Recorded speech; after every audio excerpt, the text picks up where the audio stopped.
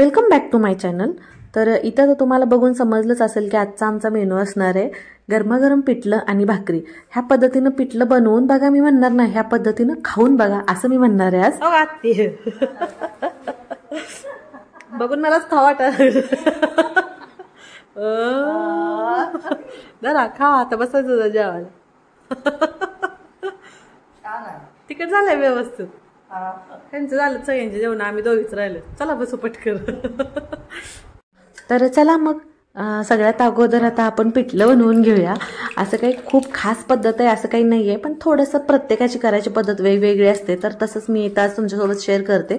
तर इथं मी मिरची, लसूण आणि कोथिंबीर अगोदरच मिक्सरवर बारीक करून घेतलेली आहे। तर इथं तेल आपलं छान तापलेलं आहे कडकडीत। तर इथं साधारण 1 चमचा मी मोहरी घातलेली बरं का, हातानेच घातले अंदाजे। आणि आता इथं घालते 1 चमचा होईल एवढे मी जिरे घालते इथं। तर थोडीशी गॅसची फ्लेम मी लो केलेली, कारण आता मोहरी छान तडतडली होती ना त्याच्यामुळे। इथं घातला आता मी कढीपत्ता, थोडंसं हिंग घालते हे बघा।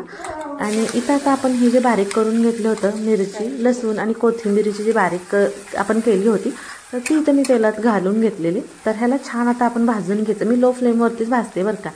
तर इथं बघा थोडंसं एक 1-1.5 मिनटं होईल एवढंच भाजून घ्यायचं, कारण परत आता कांदा भाजताना ते ऑलरेडी भाजलं जातं त्याच्यामुळे। तसं तर तुम्हाला हवं असेल तर मिरची तुम्ही परत सुद्धा भाजून घेऊ शकताय कांदा भाजल्यानंतर सुद्धा, कारण पण कसं होतं की बऱ्यापैकी परत ज्यावेळेस आपण नंतर बारीक केलेली मिरची भाजतो ना, तर त्या मिरचीला असा थोडासा मिरचट वास येतो, त्याच्यामुळे होईल तेवढी मिरची जर तुम्ही मिक्सरवर बारीक करून घेतली असेल तर बरं का।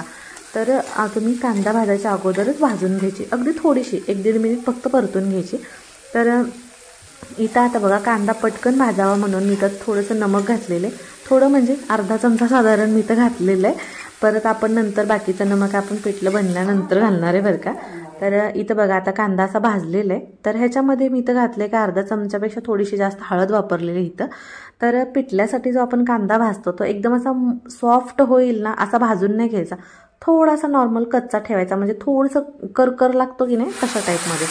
तर छान हळद वगैरे मस्त अशी भाजून घेतली आणि आता ह्याच्यामध्ये घातले मी पाणी। हे बघा जेवढं तुम्हाला पिठलं पातळ हवं आहे, घट्ट हवं आहे, त्याच्या हिशोबाने तुम्ही इथं पाणी घालू शकताय। तर इथं मी साधारण 2 ग्लास पाणी वापरलेलं आहे, गरम करून घेतलं होतं। तर ते आता मी इथं घेतलेलं आहे कढईमध्ये घालून।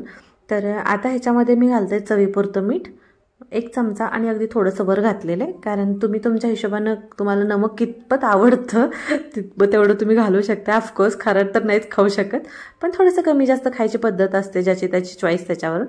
तर इथं मी 1 चमचा जिऱ्याची पूड घातलेली आहे बघा। जिऱ्याची पूड ऑप्शनल आहे, तुम्हाला आवडत असेल घाला, नसेल तर सिंपल बनवा। तर पण घातल्यानंतर खूप छान लागतं। तर इथं बघा पाण्याला अशी मस्त छान उकळ आलेली, तर मी काय केलं की थोडं थोडं बेसनना मी त्याच्यामध्ये टाकत होते आणि उजव्या हाताने असं वैरत होते।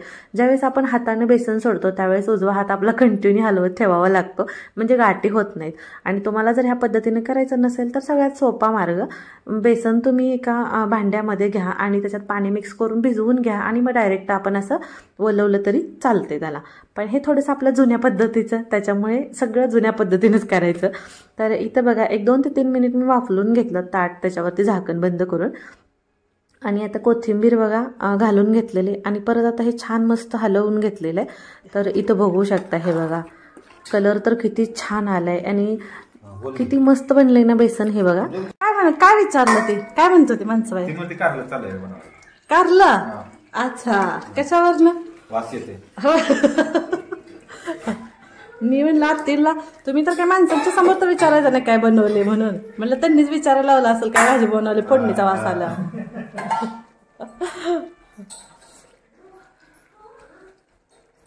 थँक्यू। तर इथं मी तुम्हाला बघा एकदम जवळून दाखवते, मी लो फ्लेमवरती ठेवलंच होतं अजून।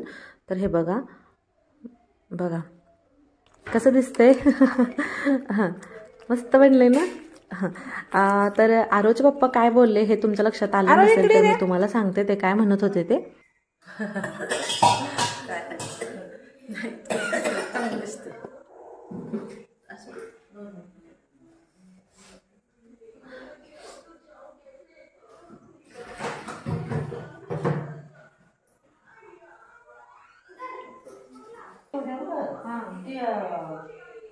दुपारी जेवल्यावर ती खाते रक्त पत्करून घ्यायची।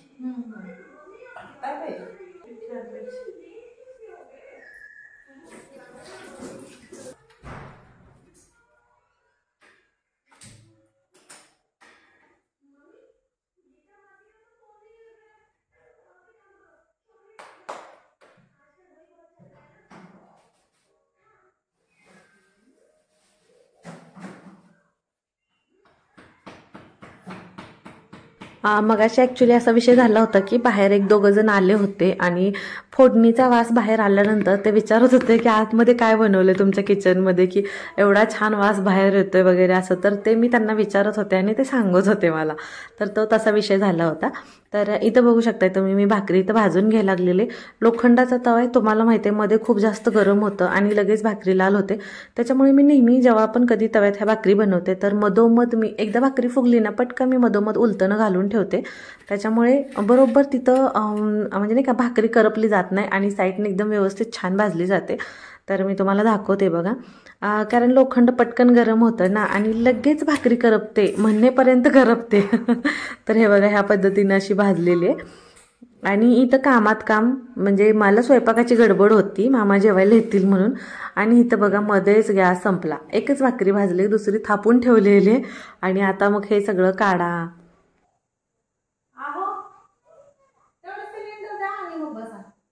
तरी इथं काय झालं की आरवचे पप्पा बाहेरच होते त्याच्यामुळे मला नाही का म्हणजे टेन्शन आलं नाही की बाबा गॅस संपलाय म्हणून. पटकन त्यांनी म्हटलं तर सिलेंडर घेऊन तर येतील बाहेरच आहे ना एक्स्ट्राचा आहे तो. पण हे नसले की नाही घरात मग अचानक असा गॅस संपला ना मग असं वाटतं बाहेरून टाकी आणा परत ते जोडा आणि पायरीवरून आत नेताना ते खूप व्यवस्थित आणायला लागते ना. आणि तुम्हाला तर माहिती आहे सिलेंडर किती जड असतं ते. मग काय आता ह्यांनी आणून दिल्यामुळे माझं एक काम हलकं झालं. पण असं झालं होतं की भाकरी मला थापून ठेवली होती ना मला असं वाटायचं की तेच सगळं जोडाजोडी होईपर्यंत भाकरी पारा तिला चिटकून बसू नये म्हणजे झालं. कारण एक तर भाकरीचं पीठ माझं खूप पातळ असतं म्हणजे थापताना नाही का पटकन सहजासहजी होते असं. त्यामुळं म्हटलं काय नाही आता गेली भाकरी असं वाटलं. पण काही नाही पटपट जोडून झालं आणि लगेच भाकरीला लागले. कारण पिठलं आणि भाकरी ज्या दिवशी घरी बनवलेली असते त्या दिवशी आमचे सगळ्यांचे जेवण खूप लवकर होतात बरं का. कारण गरमागरम खायचं सगळ्यांनी. लगेच झालं म्हटलं लगेच जेवायला येऊन बसायला सुरुवात होते. आता मी इकडं स्वयंपाकाला लागले होते तोपर्यंत तिकडं मामा येऊन बसले होते जेवायला. आणि आता आरवचे पप्पा पण कधी पण येतील आणि बसतील. म्हणून माझं जरा थोडंसं काय म्हणजे 2 हाताला 4 हाताचं स्पीड होतं. कारण पटकन भाकरी करून म्हटलं त्यांच्याबरोबर आपणही बसूया. आपण सहजासहजी असं होत नाही. सगळे मिळून गरमागरम खायचं म्हणलं की तुम्हाला माहिती आहे आपल्या नशिबात काय एवढं गरम गरम खायचं कधी नसते. आपण बनवणार मग आवरणार आणि मग तिथून खाणार तोपर्यंत बनवलेलं सगळं थंड होणार असं होऊन जातं. पण काय आता चालायचं कधीतरी तेवढं नाही का.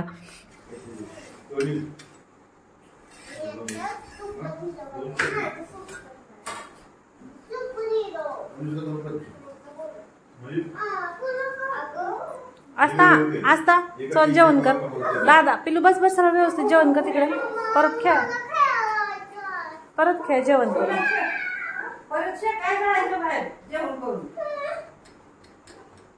आरव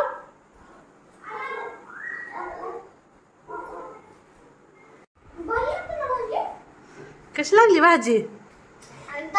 छान लागली.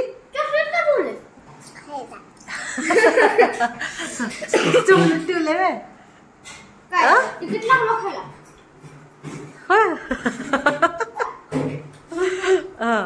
बर बर जेवण करा करा करा. आता आजी आणि मी पण बसतो. आता आजी आणि मी बसतो की जेवायला.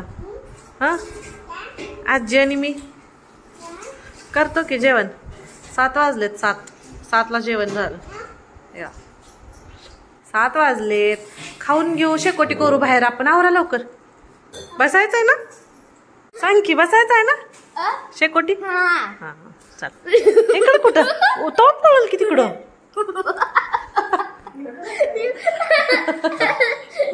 इकडे हा काय झालं एवढं का मुलींसारखं लाजायला लागलं.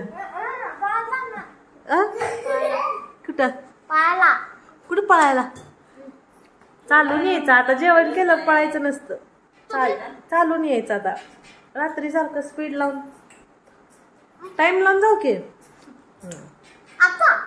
जेवण झाल्यावर माझं नाजीच तुम्ही खाल्लंय गरम गरम सगळ्यांनी. आम्हाला बी खाऊ द्या गरम गरम आता.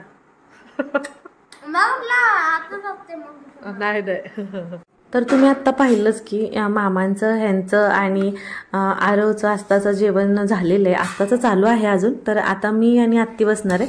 पण मी तुम्हाला म्हटलं मागाशी तसं की बेसन कसंही बनवू आपण, ते कसं खायचं हे मी तुम्हाला सांगणार आहे म्हटलं तर ते असं. तर एक सांगते तुम्हाला, एकच मिनिट. इथं बघू शकताय तुम्ही ताटामध्ये मी भाकरी आणि पिठलं घेतलेलं आहे, सोबत कांदाही असा मस्तपैकी फोडून घेतलेला आहे खायला. पण आता हे डायरेक्ट असं खायचं नाही. आता हे जे बेसन दिसतंय ना ह्याच्यावरती ना आता आपलं तेल ॲड करायचं. तेल कोणतं? शेंगदाण्याचं तेल, जे घाण्यातलं कच्चं तेल आहे ना ते ॲड करायचं. वरनं थोडंसं घालायचं आणि मिक्स करायचं. कच्चं तेल जर तुम्ही खाणार असाल तर शेंगदाण्याचं तेल उत्तम आहे, आणि जर तुम्हाला आवडत नसेल तर तुम्ही करडीचं तेलसुद्धा वापरू शकताय. ह्यापैकी काहीच नसेल तर तुम्ही रेग्युलरसुद्धा वापरू शकताय, कोणतंही तेल जे आपण तुम्ही रोज वापरता ते. पण मला म्हणाल तर मी सांगते तुम्हाला, शेंगदाण्याचं तेल वापरा आणि ह्याच्यावरती असं मिक्स करून घ्या. काय मस्त भारी चव लागते ना, की विचारूच नका तुम्ही. एवढं भारी लागतं. त्या शेंगदाणा तेलाची चव वेगळी आणि त्यात ती बेसनची वेगळी, आणि त्यात ते गरमागरम खायची मजा वेगळी. आत्ती ही ताट आत्तींसाठी बनवले बरं का. हो आत्ती, बघून मलाच खावा वाटलं. जरा खावा आता, बसायचं जेवायला. तिकट झालंय व्यवस्थित.